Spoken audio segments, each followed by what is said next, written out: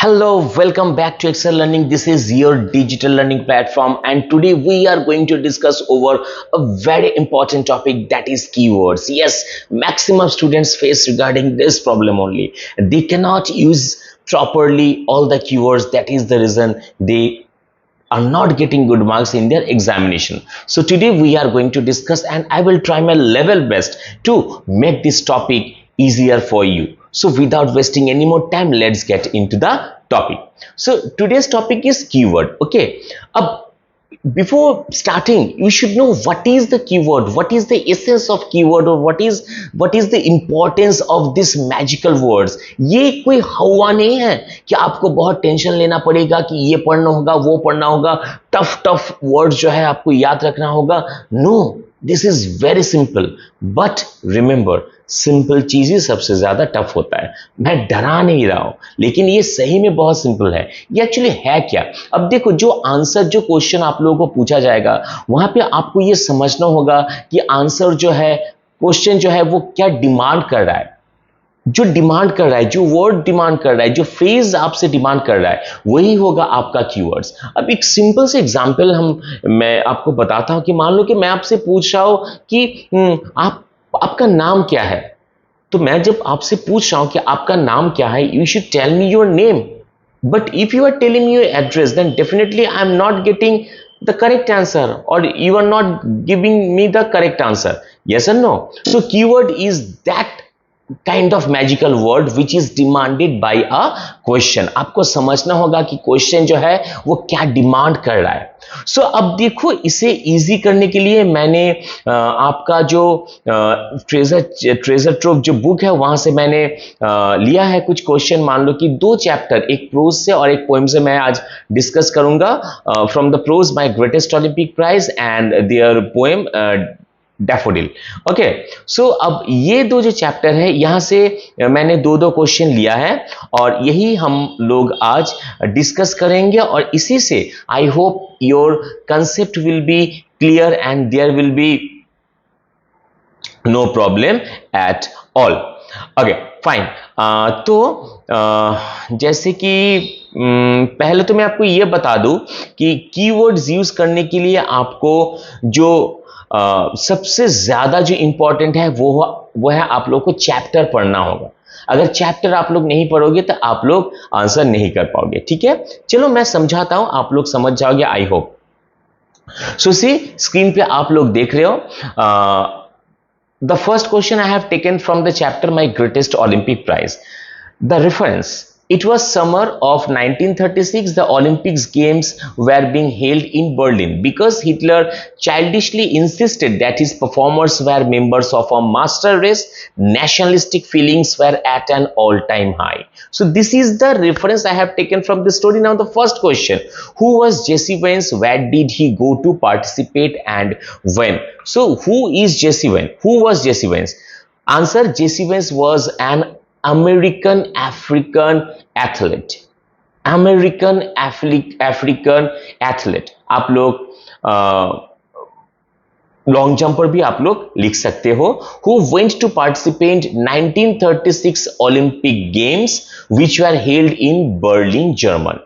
सो ये क्वेश्चन जो है, हु वाज जेसी वेंस, तो आपको जेसी वेंस का जो आइडेंटिफिकेशन है वो देखना होगा. यहाँ पे अगर आप लोग लिखोगे, जेसी वेंस का कुछ डिस्क्रिप्शन दोगे, उनका अगर उनका फिजिकल अपीयरेंस का डिस्क्रिप्शन दोगे तो वो गलत होगा, क्योंकि यहाँ पे आइडेंटिफिकेशन ऑफ जेसी वेंस मांग रहा है कि जेसी वेंस कौन था. So Jesse Owens was an African American athlete.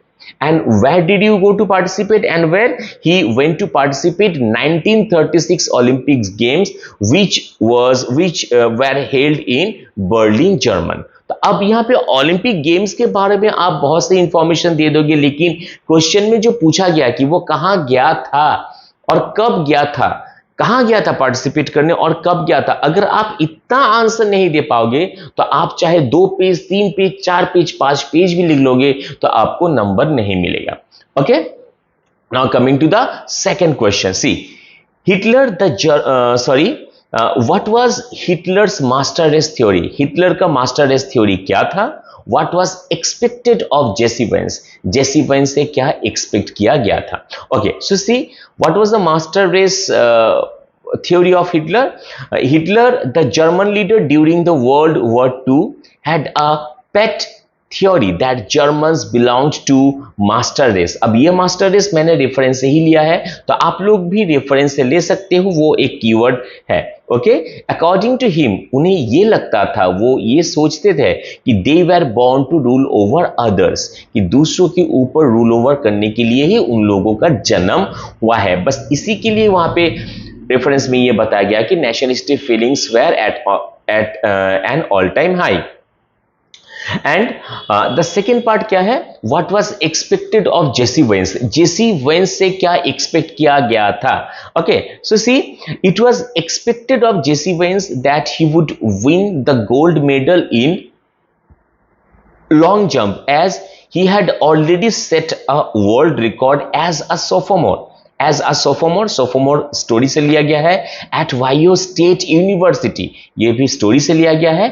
Besides, उसके बावजूद भी, he had trained, sweated and disciplined himself for long 6 years. So trained, sweated and disciplined, ये सारा जो वर्ड है वहीं से लिया गया है। अब देखो, अब बात यह है कि यहाँ पे क्वेश्चन जो है what was expected of Jesse Owens, Jesse Owens से क्या एक्सपेक्ट किया गया था। सो एक्सपेक्टेशन तो आप लोग लिखोगे कि यही एक्सपेक्ट किया गया था कि he would be winning gold medals. Then you need to answer, you need to add why people expected of him to win the gold medals, तो उसके लिए भी आपको ये लिखना होगा, because he was confident enough and he was trained, disciplined and sweated himself for long 6 years. So if see all the words I have taken from the story, it's not like that I have taken from any other book or dictionary or like very tough words I'm using. No, this is very simple. You need to read the chapters properly, and this is applicable not only for English, it is applicable for all the chapters, all the subjects. Okay, now coming to the third question, question number C, who was Luz Long? Luz Long कौन था? How did he help Jesse Vance? उन्होंने Jesse Owens को कैसे help किया था? So simple, Luz Long was a tall German long jumper with clear blue eyes. देखो अब यहाँ पे जब बता रहा है उनका क्या था, वो क्लियर ब्लू आइज था। He had a lean muscular frame, blond hair, chisel face and he was strikingly handsome. So यहाँ पे जेसी लज लॉन्ग जो है, लज लॉन्ग कौन है उसके बारे में आपको डिस्क्रिप्शन चाहिए कि लज लॉन्ग कौन है। तो लज long, first of all, he was the main identity of Luz Long was he was a tall German long jumper. Okay, then he had clear blue eyes, lean muscular frame, blonde hair, chisel face and strikingly handsome. So all these words, all these sentences, all these phrases have been given in the story only, and I have taken from there.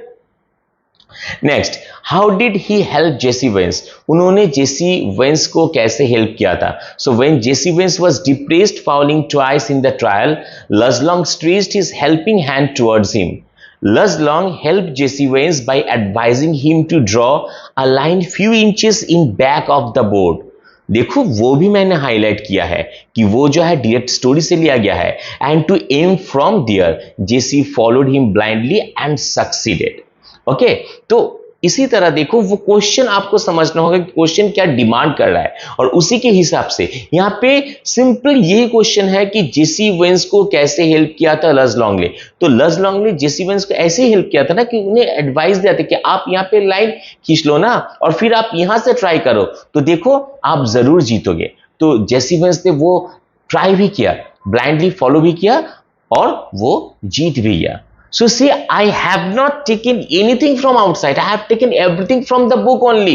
What you have to do, I am repeating guys, repeating that you need to go through the chapters properly. आप लोगों को story जो है वो properly read out करना ही होगा, समझना होगा उनको, मतलब सारे स्टोरीज को या फिर पोएम्स को इतना रीड आउट करो कि मान लो कि वो आपको दिमाग में बैठ जाए, तभी जाके आप प्रॉपर वर्ड्स जो है या फिर प्रॉपर जो की फ्रेजेस है आप आंसर में ऐड कर पाओगे। और आप जितना ज्यादा कीवर्ड्स यूज करोगे उतना अच्छा मार्क्स आपको मिलेगा। Now coming to the second question, it is from the poem daffodils.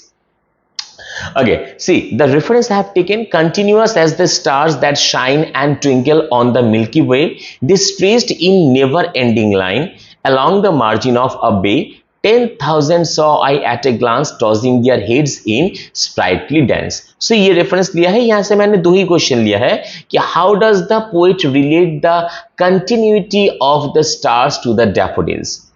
तो पोएट ने कैसे रिलेट किया है स्टार्स का जो कंटिन्यूटी है, डैफोडिल्स का जो कंटिन्यूटी है वो स्टार के साथ कैसे आपका रिलेट किया है। देखो, in the poem daffodils the poet has narrated the beauty of a host of golden daffodils, ये आ गया आपके इस पोएम में ही है। Witnessed when he was wandering lonely as a cloud, एकदम पोएम में जो फर्स्ट लाइन है वहीं पे दिया गया है।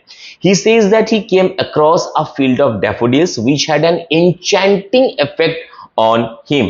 While describing this scene, वो जब ये scene describe कर रहा था poet, he says that the continuous line of flowers grown along the margin of a bay. So you need to mention the location here, that where did the poet see the daffodils?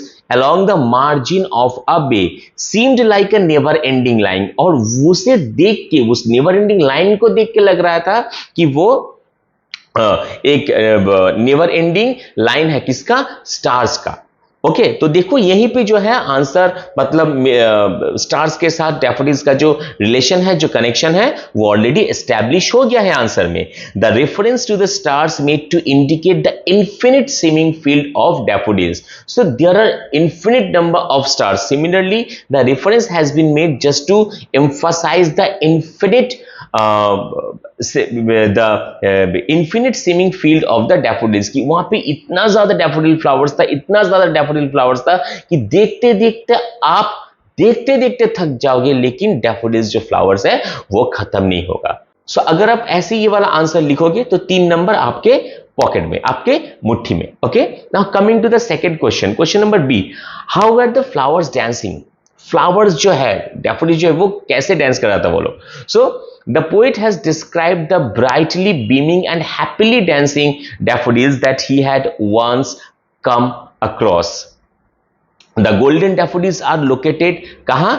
Beneath the trees, and they are fluttering and dancing in the breeze. ये भी poem से लिया हुआ है, fluttering and dancing in the breeze. Even the flowers seem to be tossing their heads in sprightly dance. Even वो flowers को देख के ऐसा भी लग रहा था कि अपना सर जो है वो हवा में हिला रहा है। The description of the poet creates a picture where the flowers are enjoying their blooming time, and the visual is a reflection of the happiness that one feels on looking at the flowers. So यहां पे भी देखो मैंने 3 keywords use कर लिया है, तो अगर आप ये 3 कीवर्ड्स यूज करोगे तो 3 नंबर जो है आपके पॉकेट में। तो देखो मैंने ऐसा कुछ भी नहीं किया है कि कोई टफ वर्ड्स मैंने यूज किया है, बहुत ज्यादा सेंसिटिव कुछ यूज किया है, नहीं। जो आपके स्टोरी में है, जो आपके पोएम में है, वही मैंने यूज किया है, और आपको भी यही करना है। लेकिन इसके लिए क्या करना होगा, आप लोगों को जो चैप्टर है वो एकदम अच्छे से ठीक से पढ़ना होगा। वो एक कहावत है ना, एक बॉलीवुड का डायलॉग है ना, कि कभी कभी जिंदगी में कुछ जीतने के लिए कुछ हारना पड़ता है। तो अगर आपको नंबर जीतना है, अगर आपको एक अच्छा मतलब एग्जामिनेशन में अच्छा रिजल्ट जीतना है, तो आपको अभी हारना होगा। क्या आपको गंवाना होगा? आपका आराम, कि नहीं अभी नहीं, अभी थोड़ा गेम खेल लूं, मैं बाद में पढ़ूंगा। नहीं, वो आपको अभी पढ़ना होगा। You have to do it right now if you want to get good result, and I believe you all can do. Yes, you all can do, you have the faith. So I hope the concept is clear. Once again, this is nothing. Just take the words, just take the sentences, just take the phrases from your chapters only. It might be your prose, it might be your poem, anything it can be. But what you have to do, you need to go through the chapters properly. Then only you can use the keywords properly. और जितना ज़्यादा, the more keywords you can use, the more marks you will get. Got my point? Okay, so today आज बस इतना तक ही। मिलते हैं next video में एक नया टॉपिक के साथ। पढ़ो और आगे बढ़ो, कुछ प्रॉब्लम है तो पूछो, I will try to help you as soon as possible. Thank you. Please like the video and share with your friends, and if you have not subscribed, please do subscribe and press the bell icon so that you never miss a single update. Tata, bye bye, and see you.